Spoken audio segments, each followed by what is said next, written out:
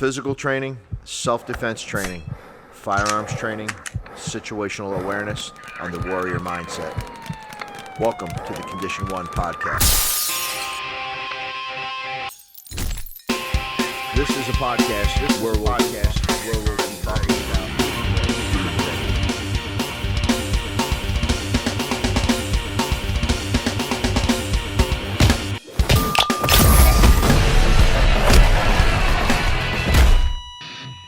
Welcome to the Condition 1 podcast. This is a podcast where we'll be talking about being ready. We'll also be speaking to victim survivors of physical encounters, how they dealt with the aftermath, physically, mentally, and spiritually. All right, and welcome to the Condition 1 podcast with me, your host, John Riddle. Today's guest is Mr. Gabe Cohen. Gabe is a black belt, self-defense expert, and chief instructor of American Krav Maga. He's in the business of keeping people safe. Gabe is a street fighter, a bouncer, personal protection specialist, and a security professional. He earned his nickname as the Pitbull because of his aggressiveness in the real-world arena. And I like this. Not in the traditional martial arts dojo. Battle-tested with no pads, floor mats, or referees. Gabe Cohen has learned the old-school way. Having a limited background in American combat karate, a style created by a bouncer and a street fighter, Rich Barathi. Correct. Gabe Cohen has dabbled in various martial arts throughout the years. He didn't discover Krav Maga until he was about 40 years old, when he realized that he's been basically doing it for most of his life, in the philosophy section anyway. Going forward, going hard, and going fast, and doing as much damage in the least amount of time as possible. He's recently trained and become a certified black belt through Rick Blitzstein, a senior black belt instructor of IKMA and the original American Krav Maga pioneer. So, ladies and gentlemen, without further ado, I'd like to welcome Mr. Gabe Cohen to the show. Gabe, thank you. Thank you for coming on. Thank you, John, for the opportunity. Appreciate it. Most recently, this past October, I tested for my third black belt, but first time with Nir Mammon and his CT-707 system. Excellent. Congratulations. Thank you, sir.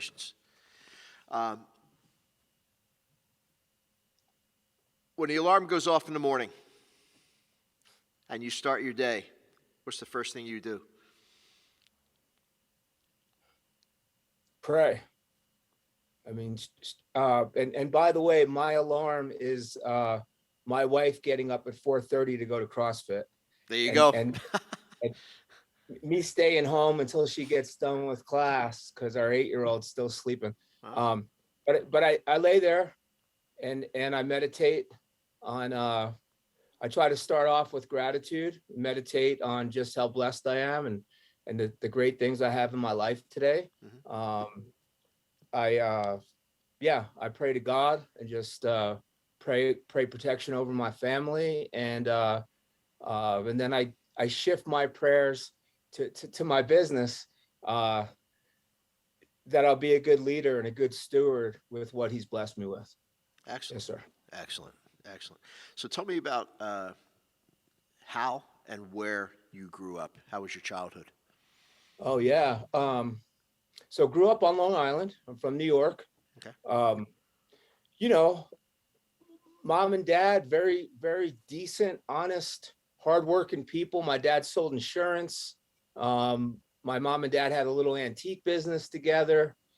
No drugs, no alcohol. I come from a Reformed Jewish, or what you would call Reformed Judaism, I guess, was there. We didn't go to a temple. We didn't go to a synagogue. However, growing up, I went to this kind of like a Jewish folk school, if you will. It was run by a woman who was a child in Auschwitz concentration camp. Okay. She was a survivor. Her family was murdered in the Holocaust. And I should note, the reason why this was important to my families, my mom's parents were German Jews who escaped the Holocaust, and my father's parents were Hungarian and Polish Jews who escaped the Holocaust. Okay. So they tried to teach us Yiddish, which I never picked up. Okay. we learned Old Testament Bible stories, and we just, we just learned some basic truths about the Holocaust and why it's important to remember it and never let it happen again. Absolutely.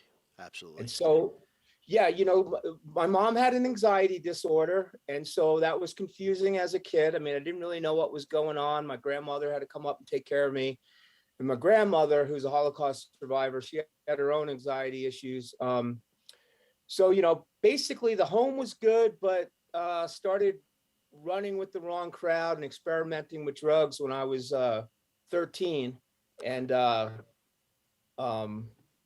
the time I was 15, I was using cocaine, basically addicted to cocaine, selling cocaine, and got arrested for the first time for a shooting, and got involved with the criminal justice system for the first time. And yeah, I moved out. I dropped out of high school when I was 17. I had a good friend whose father owned a bar that kind of exposed me to the nightclub and the bouncing life. I was kind of the kid who would wait for the bouncers to get a hold of somebody, and then I would kind of jump in and make like I had something to do with it. Right. Mm-hmm. I was a skinny kid.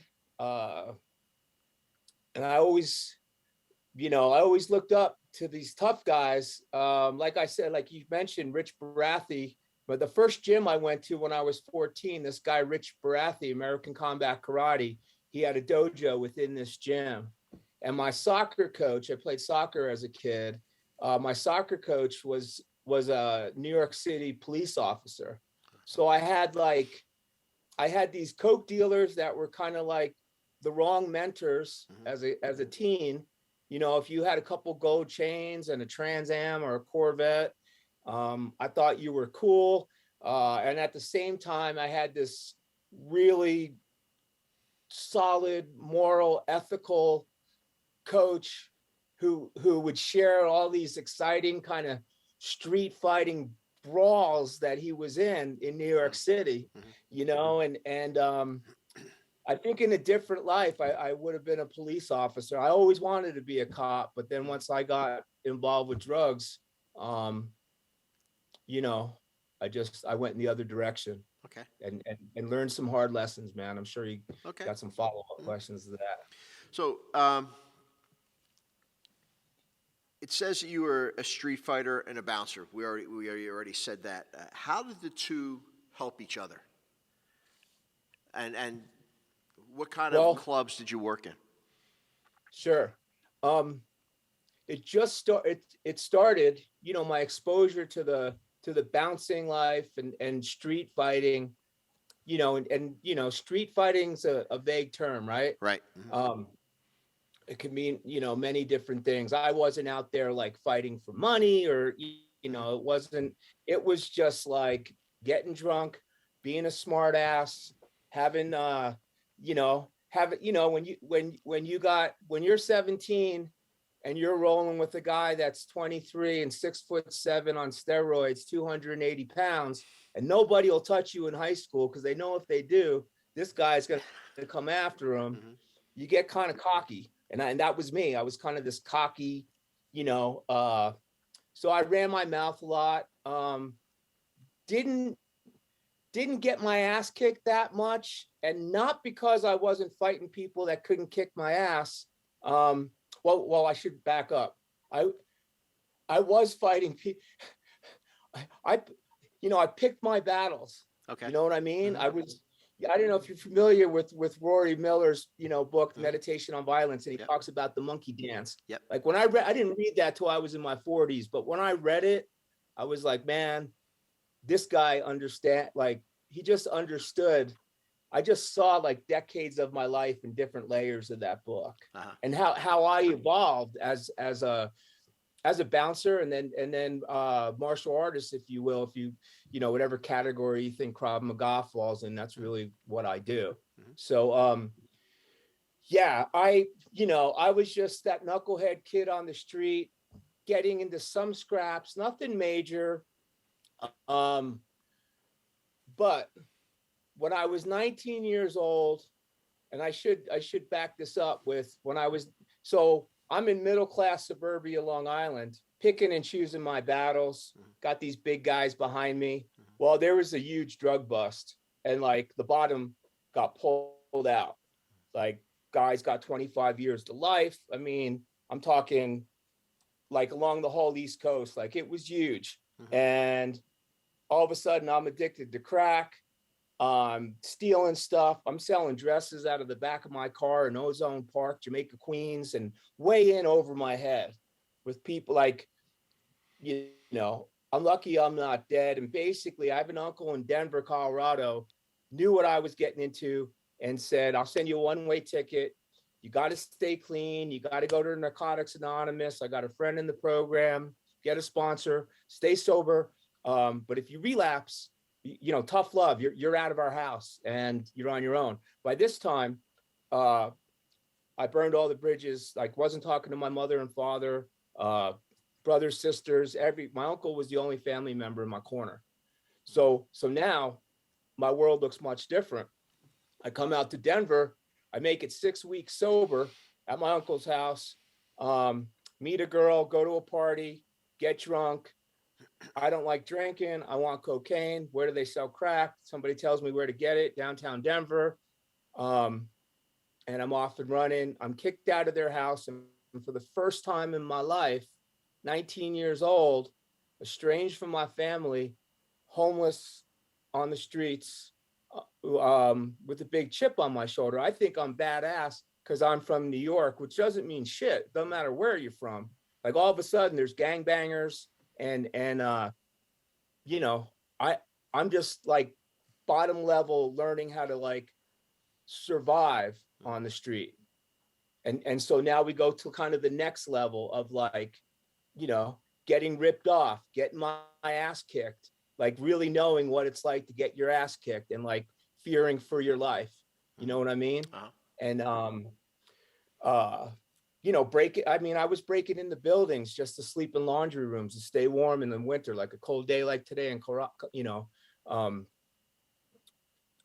robbing, stealing, selling dope. And that started petty crimes, misdemeanors, getting arrested, going in and out of the city jail. I think I was arrested over like 23 times, I think is the number, misdemeanor wise. From like 19, met my first wife, had a son, and decided to move to the western slope of Colorado to get out of the city. I tried to do the geographic thing. Like if we move here, I'll be away from downtown and everything will be different. Got my first job as a carpenter's apprentice. I didn't even know how to read a tape measure, man. Like didn't know what kind of tools to buy, but I wanted to shift gears and like go to work and try to provide for the wife and my son. But, you know, I'm still an addict. And so, yeah, it was rough. You know, I was making $13 an hour. This was back, 1994. And I thought that was a lot of money back then as a carpenter's apprentice. But the cost of living up here is so high, man. And found powder cocaine up in Aspen, Colorado, where there's plenty of it. And yeah, by the time I was 26, I got arrested with cocaine and got my first felony conviction. Okay. And so that's a whole nother, this would be the next chapter kind of. Right. Gotcha. You know? Okay. All right. So with that charge put on you, how could you work as a bouncer? Yeah. So with the people, you know, we're talking, you know, this is over several years. And being in and out of prison, in and out of jail, you meet certain people.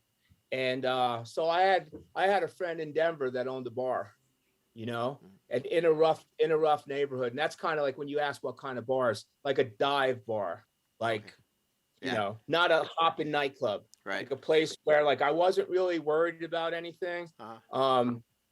But like the type of place where it was like old school, where we were where we could take people out back into the alley and the cops didn't, nobody would call the cops. It was just, this is the way it was, And so I had it wasn't like I was working for official security companies. Right. And by the way, I mean, there's the huge piece that I left out. Like I was driving strippers to bachelor parties, kind of like, bodyguard, really nothing you can do with 20 dudes. It just was like an ego thing for me. But I was putting myself in all these situations. I had been collecting money for some people, doing stuff like that. Okay. Illegal stuff, basically, So I knew certain people that would plug me into certain situations.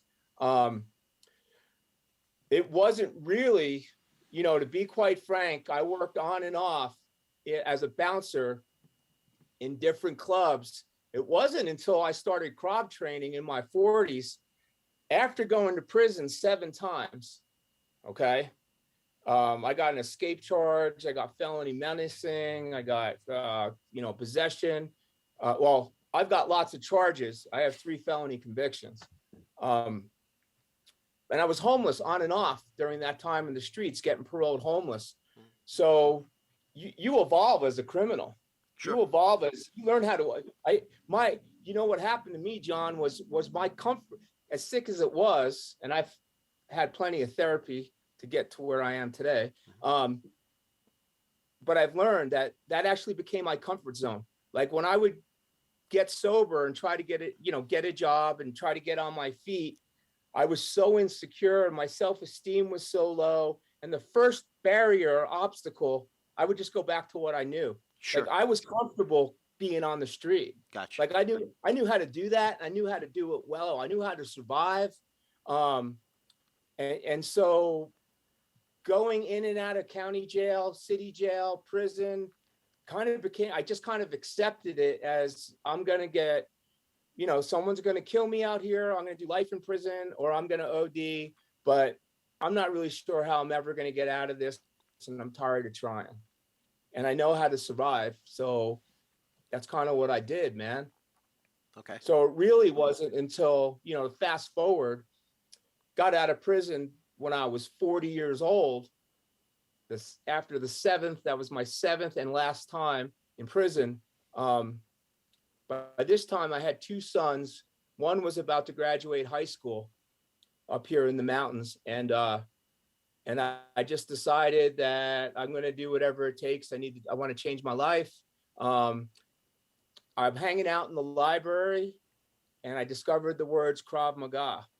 And I had been lifting weights, by the way. I worked at health clubs during this whole time. I'm working at health clubs. So I would meet people. I would bounce at like nightclubs, stuff like that. But my life wasn't really together yet.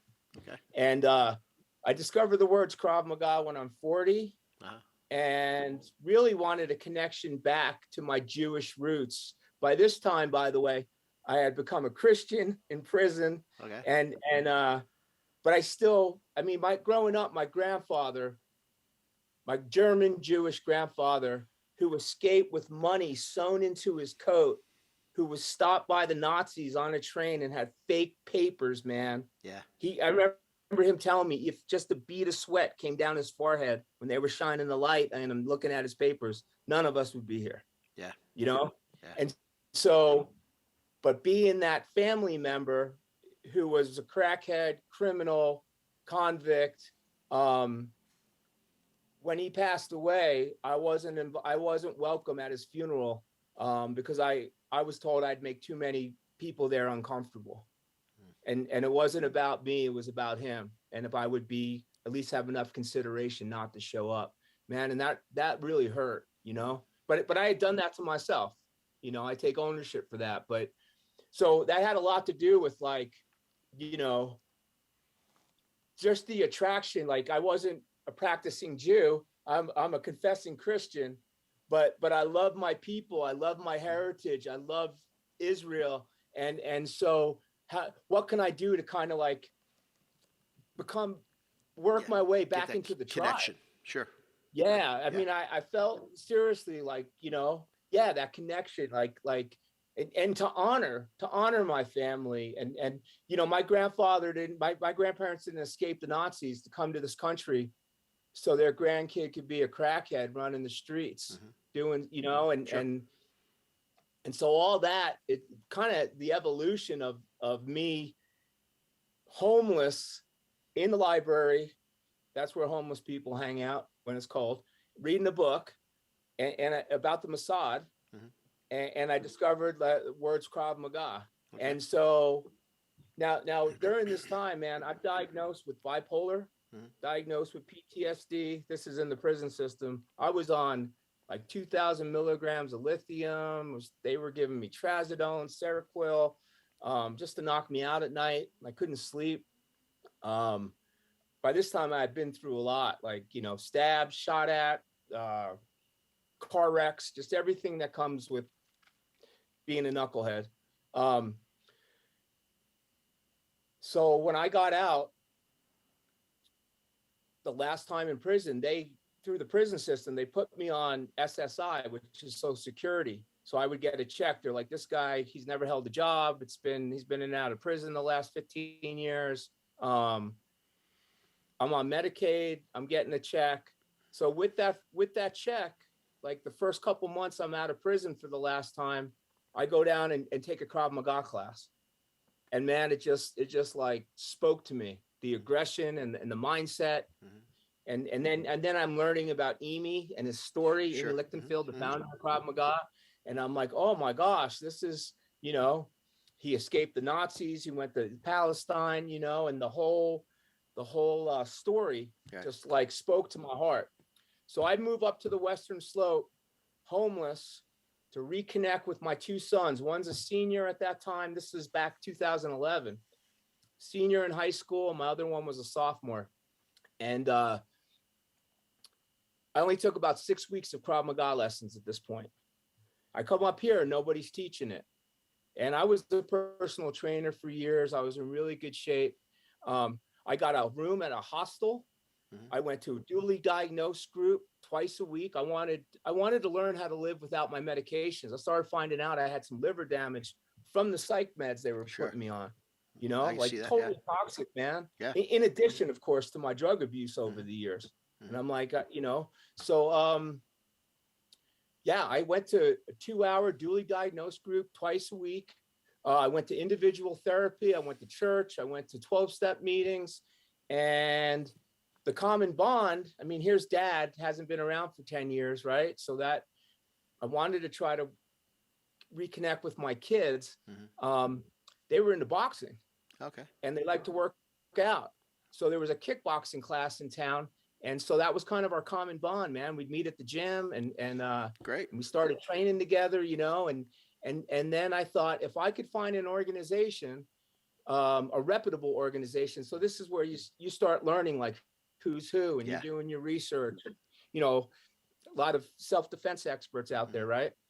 But I'm new to the game. And anyways, I found what I thought was a reputable organization that hosted Krav Maga instructor training.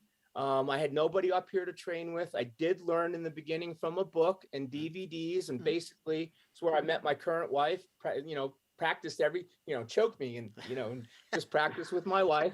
That's funny you said that because I met my wife the same way. Yeah. Right. Cheers. Right. So, yeah, man, I flew. So, okay, I'm on Social Security. I'm just trying to set the stage, man. I'm on Social Security. I'm living at a hostel. I'm renting a bed for like $30 a night. I'm homeless. I'm 40 years old with a backpack and a bus pass. You know, I meet this beautiful 23-year-old woman. I couldn't believe like she even wanted to be with me. I thought maybe she wants me to beat up an ex-boyfriend, or like I'm looking like for this angle of like, why did she want to be with me? She saw in me what, you know, what I couldn't see. Yeah. And bless her heart, you know, they say behind every great man's an even better woman, right? It's the truth. So she got pregnant. We were together for 3 months, and we've been together now 9 years. But at the time, she got pregnant and with our son Asher, who's now, you know, 8 years old. And I flew I flew out of state. Well, let me back up. I got the money to fly out of state because I work with the Department of Vocational Rehab, so a state-run agency, because I'm on Medicaid, to get a grant to buy tools to start my own construction company. And it took me like a year of like trying to write a business plan, never wrote one before, got rejected, had to write. Anyways, after a year and reconnecting with my kids, I get this business plan, I get tools, I start a business as a carpenter, I get off Medicaid, I get off all my medications, praise God, and I fly out of state and get my level one Krav Maga instructor cert, so I can have that piece of paper that this rec center wanted me to have in order to teach classes. And I basically started a class in the beginning just so I would have other people to train with so I could get to the next level. Sure. And that started, American Krav Maga, my business, GabeCohenDefense.com. And that was 2000, started evolving 2012, really 2013, started teaching my first classes. And then level 2, level 3, actually got to train with, they made an exception for me because I'm a felon, not to go on the range and do any live fire, but I could still do the law enforcement Krav Maga instructor cert training. Because I thought that would be my angle. I did think about this. If I could get that law enforcement cert, I mean, who's going to hire a felon to do security work? I wanted to do security work. I mean, I knew I could handle myself from everything I've been through. Right. But I needed to repackage. I needed to make a new, like a resume, but somehow use my past to benefit who I am today. Right. You know what I mean? Sure. And so, by the time I was 46, so at that, as I'm like level 2, that's when I'm like, all right, I want to see if this stuff works and see if I can get my foot in the door.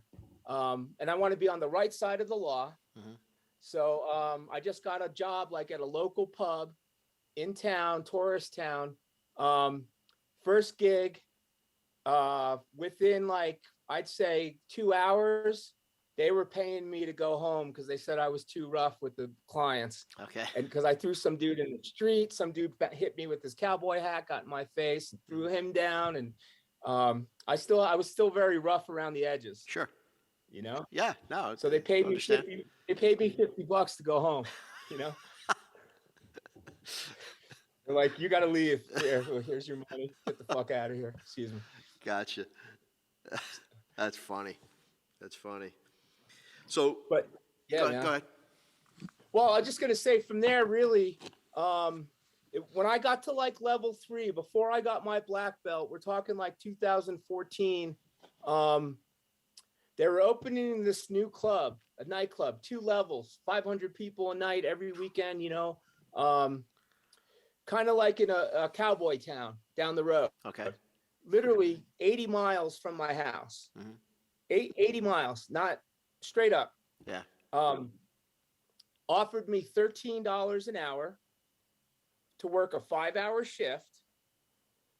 But with the potential to become a supervisor. And I interviewed with this guy and I told him straight up, like, I'm a convicted felon. I'm on the other side of my past now. I'm training Krav. I just got my law enforcement cert. And this guy looked at me. This was huge for me, and he was like, I don't give about your past. I need someone that'll get down, because they just had this nightclub that closed for all these violations where they weren't doing their job. Right. And the cops kept showing up and the liquor board pulled the license and it got shut down. And this new place was opening. This was a big contract for this guy. And he knew there was going to be trouble. He knew all these people were going to come there. And we had to set the precedent that, like, you were going to get your ass kicked, go to the hospital or go to jail, but you were not going to do this like in this club. Right. And I'm like, I'm your guy. Just give me an opportunity. Just give me. And I found out he was, former law enforcement from the East Coast, former military, and he liked hiring felons because these guys will work, one, for $13 an hour. Yeah. Two, you know, Yeah. they've got some experience. Mm-hmm. But it's that fine line of like, Sure. you know, you got, you know, Yeah. you put hands on somebody, you might be going to jail. And if you got a record and you're a Krav instructor, you know, the court's going to look at you under They're going to look at you a lot differently. Sure. Yeah. So Absolutely. so from that point, and let me just like straight up, like I was fighting every weekend. So $20 in gas. I had a big GMC truck, $20 in gas to make $60 a shift. So about $40 a night. But man, I was working hard as a carpenter and then like looking forward to every weekend to just getting down. Like I would have done it for free. Yeah. You know? And I had the cops showing. I became friends with one of the sergeants because cops were showing up, you know, and he was like, "Can you learn jiu-jitsu? Like, do you know any wrist locks? Like, you got to stop hitting people, please." Yeah. You know, and I'm like, you know, I knew how to like kind of bait them, like get them to raise their hands first, you know, everything's on camera, you know, and I started learning how to work the cameras and you know, and sure. I can't hear you. So they'd step into me, you know, a little bit. So I started learning little tricks, you know. There you go. Absolutely. Yeah. I know what you're talking about. So how long right now up till today, how long did you bounce? Yeah. You mean like from like when I started as a kid, like just being, I mean, I've been in the bars since I was 17. And by the way, I mean, I respectfully, I tapped out a couple years ago. I tapped out basically in 2018 when I started my ministry work and we can get to that if we have time. Sure, but make the time, definitely. I'd like to talk to you about it. Yeah, you know, so you know, I went, but the goal was, so Grand Junction from where I live, Grand Junction's 80 miles this way. That was kind of like honky tonk, you know, rodeo, cowboy, you know, town where we were brawling every weekend. But I put in the work. I became a supervisor. I mean, we had armed guards. I wore a bulletproof vest every night at work. I mean, there were shootings down there. But I was the inside guy. I couldn't carry a firearm, but he made me a supervisor. Okay. And then I moved to Colorado Springs. He offered me a job and a raise. So on one block, big military town, Fort Carson, one of the largest military bases in the country. In Springs? Yeah, Colorado Springs. Mm-hmm. And they have gang issues, and you know, these guys get paid. So he had the contract on 5 clubs on one street. At 2 a.m, there'd be like 2,000 people in the street. We'd be like doing crowd control, helping run into one fight, breaking up a fight down here, and then running down here. And so that's really when they started calling me the Pitbull, because I'm not the biggest guy, but you know, I was all about just like making sure I didn't get hit first, and then backing it up, you know? Yeah. There you go. And so, I moved to Colorado Springs. I worked there. It got crazy, man. Like I worked, one gig was at a reggae bar where they had like 5 shootings in just a couple months in the parking lot. And they wanted me to work the door with an armed guy. And we had a car backed up to the door that had like assault rifles and stuff in the trunk in case shit got crazy.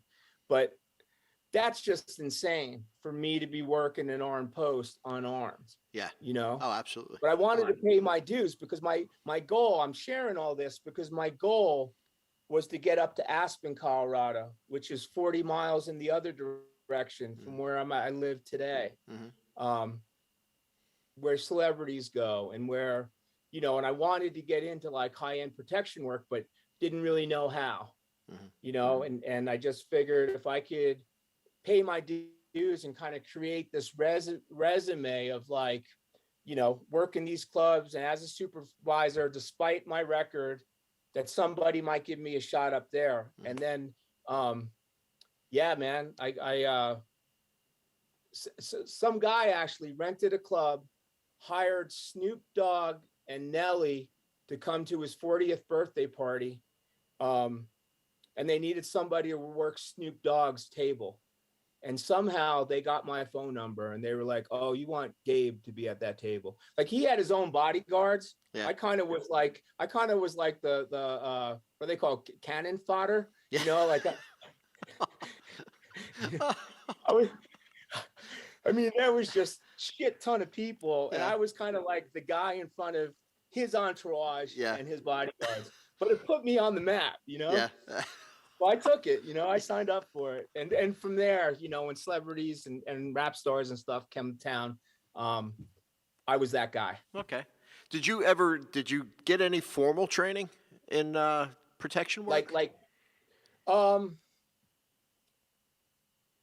I guess the short answer is no. I did get accepted to one EP school. They were willing to make the exception as well, that I wouldn't do any firearm training, but I could do all the online stuff. But just to be transparent, I never followed through with it. I did do. I'm not gonna share. I've had some training. Okay. But I can't really talk about it. All right. Okay. Fair enough. Yeah. Fair enough. Yeah. So you were learning Krav Maga here and there. So when did your first formal classes start? Like as far as me teaching or me like Learning getting my as a black belt or student. what? As a student. Oh yeah. Well, you know, it started when like I said, I took 6 weeks of classes when I was 40, 41, and then progressed. Straight up. I mean, I went with the United States Krav Maga Association. I'm not really I've had a falling out with them. I don't want to get into politics and egos and all that, but when I started my own logo, I wanted to work for them. They weren't putting any bread on my table, and I started getting hits to come teach. And so in 2016, I got my black belt with them, and somebody invited me to go teach in Argentina, and I created this logo, and I went to Argentina. They couldn't afford to pay me. They couldn't afford to put me in a hotel room. They saved for like 6 months to get enough money just to pay for I said, just get me there. I'll sleep on your floor, whatever it takes. And I did. I stayed at his mother's house, and we did 4 days of instructor training. They wanted to learn. And then I did a weapons defense seminar in Buenos Aires. We had like over 35 people there. And they actually inducted me into their martial arts Hall of Fame down there. It was just super exciting. I'd never been outside this country. And by the way, my host didn't speak English, and I don't speak Spanish. And so we found a translator on the train while I was down there. But we were communicating. I had somebody up here translate in Spanish all on Facebook Messenger, man. Wow. It was an awesome adventure. That kind of put me on the map, like in the Facebook, getting connections. I started my Israeli Krav Maga Aspen group Facebook page. You can go there. We got over 3,000 members, American Krav Maga Facebook page. And then I'm a admin on the Krav Maga practitioners page, where there's over, I think, 12,000 members at this point. Nice. So I just started, just blasting my stuff out there. And then from there, started doing like affiliation, and not where you have to pay monthly dues, just really a license to use my logo. And what I was selling was, because this all started in my backyard in this rural little mountain town, right? And so I was part of an organization where I had to pay several $100s in monthly dues just to use their name. And you know what? Like, in my opinion and in my experience, nobody up here even knows who they are. Like, it wasn't like they were getting me any more business. Right. All people really care about is like who's, for the most part, until they start getting educated, is who's 15 miles from their house. Yeah. Right. Like, I want to take a class. Right. The guy says he can do X, Y, and Z. Let's see if we like it. Right. Right. So I started realizing that, like, a groin kick in Newcastle, Colorado is a groin kick in Israel. Right. So I started putting videos out there of, like, I'm a 3-time convicted felon. I've been to prison 7 times. I'm a bouncer. I just got my black belt. I can teach you how to teach Krav Maga. If you're interested, if you got some experience, share with me your experience, your desire. I'm doing this in my backyard. I started at a community center. I've never leased my own building, man. I've done it at CrossFit gyms. I've done it at community college. I've done it in churches. I've done it at the park. I've done it drop-in in my backyard. I mean, and I just started putting it out there. And then, you know, there's people out there that are like, yeah, I was part of this organization and I just can't afford $500 a month affiliation dues. I just can't afford, but I love to teach and I can't afford the rent. And I'd only have like a handful of students. And I was like, do it in your garage, do it in your backyard. And then people started flying me to their locations. And yeah, I wound up getting like over a dozen affiliates. A guy came down from Alaska. I've been to New York, California, Montana. I met some, it's just really just this whole community of people. American Krav Maga just kind of took off this little subculture. And it's funny, some of the bigger, you know, without naming any names, like I started catching a lot of flack in the beginning, like, who's this guy? You know, never been to Israel, doesn't know, you know, and I'm like, they started, I like this term actually. Somebody called me an industry disruptor. And I like that, you know, because it's like, you don't have a monopoly on nothing, man. Right. You know, I'm just a guy. And I like to think I'm humble about it. Like I've never been in the military. I'm not a cop, but I've been in a lot of I've seen a lot of real world violence. Yeah. Yeah. And that's, I've been to prison 7 times. I do have a Jewish last name. I mean, if you know anything about prison, it's pretty segregated, you know? Yeah. And so, you know, I've been there. And so, yeah. And then, you know, I just started, and then I had a couple like security companies, guys who own the companies following me on Facebook. And then like cops, like one of the second black belts that I have awarded, American Krav Maga, who's now become a good friend. He's with the organized crime gang unit in Chicago, Chicago PD, man. And like, just to have a guy like that, like want to just say, hey, I really dig what you've been doing. I've been watching you for years. It's pretty cool. Don't listen to the haters, right. You know, and yeah, I've been I'm a guest instructor here at the local law enforcement academy now, doing Krav. I mean, to have a guy like Nir invite me to go test black belt with him. That's great. Such an honor, man. Such an honor. You know, humbled. Yeah, so, absolutely. Yeah, absolutely. And by the way, I published this Pitbull Bouncer in 2018. Definitely not going to win any New York Times bestseller awards, but yeah, but definitely good for the guy getting into security that wants to learn from my experience and the psychological mindset. And yeah, so it's available on Amazon, by the way. Perfect. Good for you, man.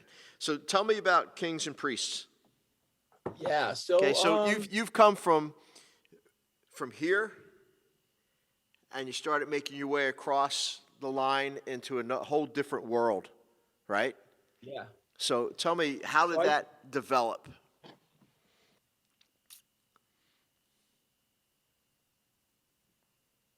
Sure. I kind of lost you there for a second. Yeah, I got you back. John? Yeah, I got you. Okay, good. It's probably, sometimes it's kind of shoddy up here, and it is snowing and overcast. So yeah, no worries. Yeah, great question. So interesting. The evolution of that was, you know, I really felt, and now we're going to talk about without having church, just like my spiritual experience of, I really felt like I was led by God to start American Krav Maga. And, you know, I've been a small business owner, but I'm still kind of a meathead. You know, I don't have a formal education, and was really trying hard to like harness American Krav Maga. And I was really focused on chasing the money. Like, you know, I'm trying to make a living doing this. Sure. You know, I hated, to be honest, and straight up, I did construction, great way to make a living, honest living, commendable job. But I hated it. I just felt like that wasn't my calling. I wasn't really into it, but I did it because it paid the bills. Yeah. And so I'm bouncing, I'm doing construction, I'm teaching Krav Maga. I'm working like 60, 70 hours a week, you know? And wasn't really making any money teaching Krav Maga. And I had a couple opportunities to move to some big cities where people, well, maybe we can kind of like harness this into like, you know, a formal brand or franchise in a way. But me and we really, you know, we went to Florida, we talked to some people in a couple other states, and just decided that we really I live in an old miners town. I mean, you can see the wood stove behind me. I live in an old miners cabin. This house was built in 1896. Wow. It was just a 3-room house. I've been blessed we've built two additional bedrooms and a full bath back a couple years ago, you know, and we just decided we wanted to stay here. And so trying to eke out a living, selling self-defense in a rural mountain community where there's still crime, but it's not high crime. Right. I started getting depressed, man. And I started feeling kind of empty and drained, and started having conversations with people. I was helping people along the way, like in 12-step programs, church groups, sharing my experience and my testimony. And I had an opportunity, a mentor of mine, a pastor, he was doing Bible studies in the local county jail. And he said, you should apply and volunteer and go in there and share your story with guys. Let them know that, you know, you didn't change your life till you were 40 and it's never too late. And you started your own business. You're internationally recognized, you know, and so I filled out an application in 2018 and they accepted it. And now at this time, and I'm going to be transparent, John, it's all part of my testimony and my story. I'm working in nightclubs. I just got accepted into the jail to do Bible study. And I was functioning, what they call in addiction and recovery, functionally using. I started drinking again. I started doing cocaine in 2018. I thought like I could, my life wasn't falling apart. And I was depressed. I guess these are all excuses. Bottom line, I'm still an addict. And so I have that, I started using, and one night my kidney shut down. I got rhabdomyolysis. I came home. I didn't know what was going on. I started puking for like 2 days straight and my back hurt. And I'm trying to figure out like, did I do deadlifts? Like, why does my back hurt? You know? And I just I was feeling off. Like I never felt like that before. And I'd been hospitalized before because of my addiction. But I never felt like that. And I went to the doctor, they took my blood pressure and it was like over 200. They're like, you're about to stroke out, man. You better go to the emergency room. I went to the emergency room. This is 2018, literally 2 weeks after my application got accepted at the sheriff's department to go into the jail as a volunteer. They put me in an ambulance. I don't even remember the ambulance ride. They put me under, I guess. And I was in the hospital for 6 days. I had my kidney function shut down. And they're like, you know, from cocaine toxicity, I guess my body just kind of gave out. They're like, you can't handle it anymore. You're done. And you know, I do have a relationship with my 2 older sons. I have 3 granddaughters. I just spent Christmas with them all. And my current wife and my 8-year-old and my, of course, my wife was just like, why do you do why are you doing this? And like, you know, don't do this to us. And the writing for me was on the wall of like, you can't be on both sides of the fence, man. God basically was telling me, next time could be death. Like, this is it, man. Do you want to live or do you want to die? And if you want to live, you need to live for me. Right. Stop chasing the money, go out there and help people. And so it just kind of had this like revelation of, this is what I'm called to do. And I went back, I actually went to Alcoholics Anonymous when I got out of the hospital. I don't consider myself alcoholic, but there was a 12-step meeting in town at noon that worked for me. And I found a 70-year-old guy that had 40 years of sobriety. He's a Christian guy too. And he really helped me just like find my calling. And I started going into jail. I didn't tell them that I relapsed because I didn't want to blow the opportunity. I didn't want to have to wait another year before they would let me in. So I kind of kept it under wraps for a couple of months. And then I told the volunteer coordinator I told her I was in the hospital because I had rhabdomyolysis, but I didn't tell her what it was from. Gotcha.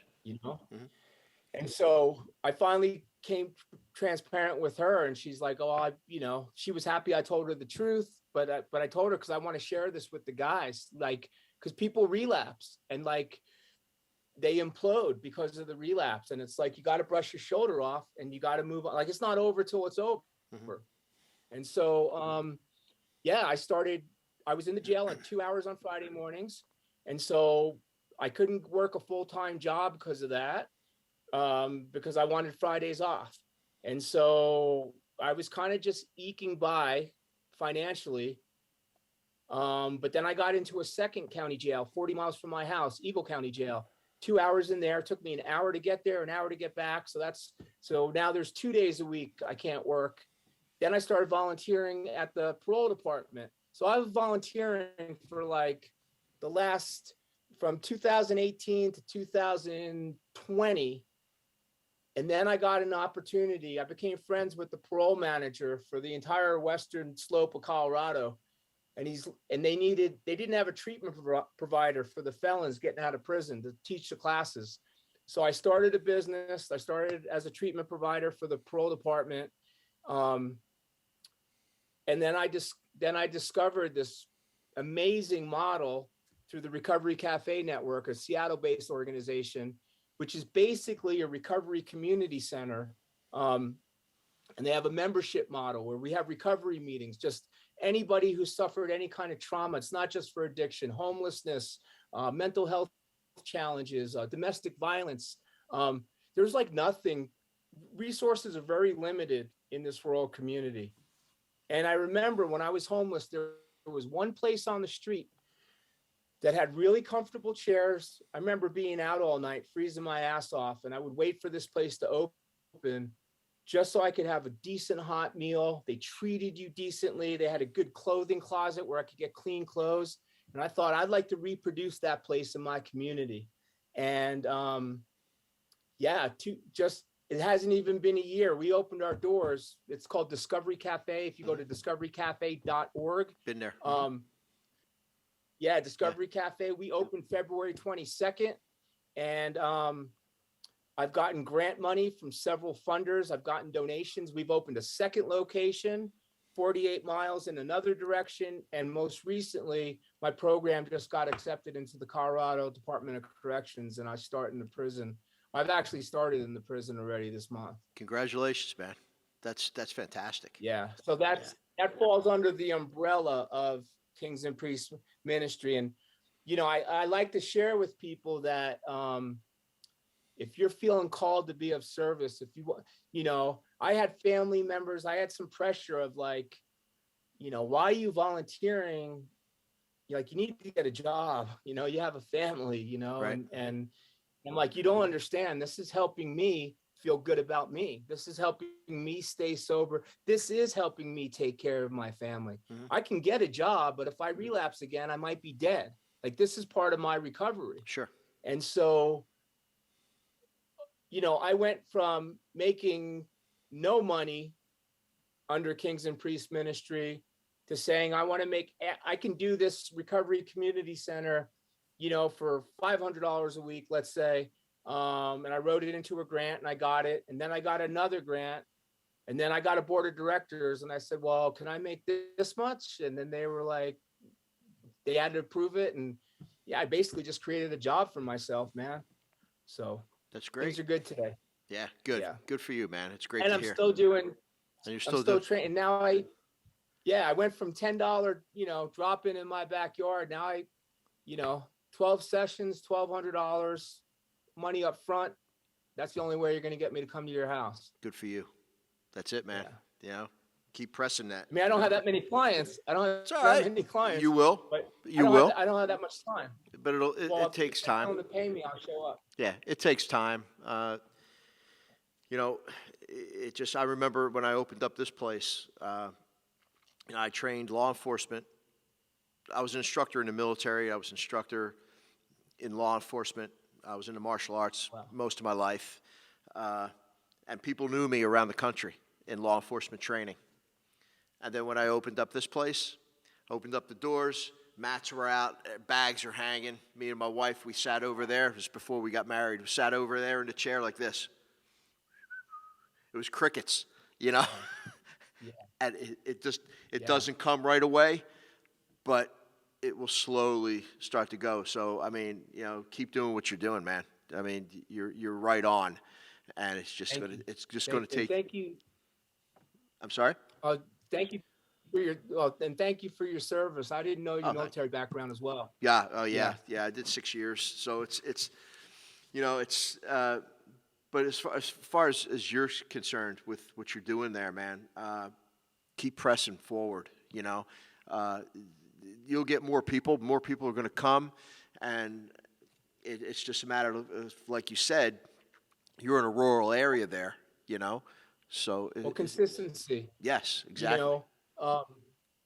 There's something to be said about just being steadfast and showing up, right? Yep. Day in and day out. Absolutely. You got to have the doors open. You got to be there. Yeah. No, John, I just had a guy last month before the holiday. It was my Christmas money to go visit my sons and granddaughters in Las Vegas.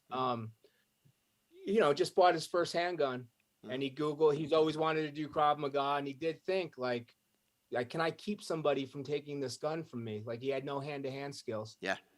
And he called me up, a guy up in Aspen who has money, and I trained him. I did 3-4 hour sessions in his living room with him on weapon retention and there you go. And some hand-to-hand stuff. Perfect. Perfect, man. Yeah. That's great stuff. All right, man. Hey, thanks, man. Thanks for the opportunity. Yeah, it was great talking to you. I've always wanted to reach out to you and talk to you. I've been watching your stuff for years, man. I've always followed you, man. I've seen your stuff. Yeah. Thanks, man. I appreciate it. I follow you. We both have somebody in common with Neer, and I had Neer on. Yeah, he is. I had him on a while back. He was a big hit on the podcast. And I got to reach out to him again. I got to get off the bench and reach out to him again. Get myself going again. So, but I want to thank you for. He told me to tell you hello, man. Yeah, good. I'll reach out to him this week. But I want to thank you for coming on, man. I really appreciate it. It was great having you. And thank you. Yeah, you bet. And I'll be in touch with you, man. All right. All right. God bless you. All man. right, buddy. Be safe. Same to you. Take care. Thanks.